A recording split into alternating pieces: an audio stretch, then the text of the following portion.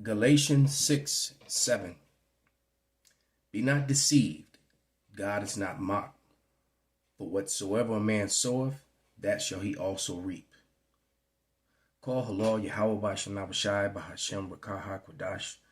Double honors unto the apostles, double honors unto the elder bishops. Salutations to all my fellow laborers doing this work in truth and sincerity, risking their lives and their freedom to do so now more so than ever. To the scattered elect that are scattered around the four corners of the earth, that be like unto the speckled bird, the Israelite foreigners among the heathens that looks like the heathens, and to the Yahawah that are listening and learning, to you I say Shalom. How do you think it is that our indigenous and African ancestors adopted Christianity in the first place? I'll tell you. Other accounts state there were butcher shops throughout the Caribbean where native bodies were sold as dog food. Live babies were also fed to war dogs as sport, sometimes in front of horrified parents. Columbus forced the natives to work in gold mines until exhaustion.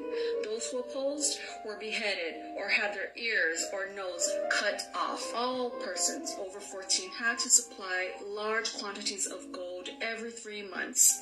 Those who did not fulfill their obligations had their hands cut off, which were tied around their necks while they bled to death. Some 10,000 natives died handless. In addition to putting the natives to work as slaves in gold mines, Columbus also sold sex slaves to his men, some as young as 9 years old.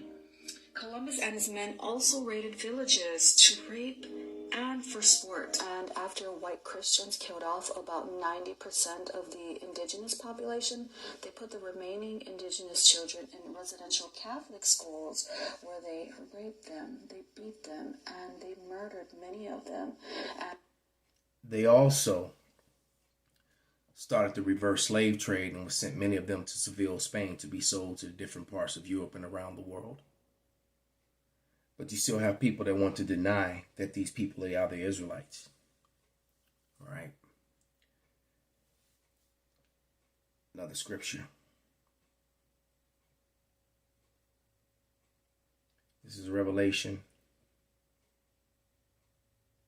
13, 9 and 10. And it reads, If any man have an ear, let him hear. He that leadeth into captivity shall go into captivity. And he that killeth with the sword must be killed with the sword. Here is the patience and the faith of the saints. The saints are faithfully waiting to put those into captivity, to put them into captivity. Shalom.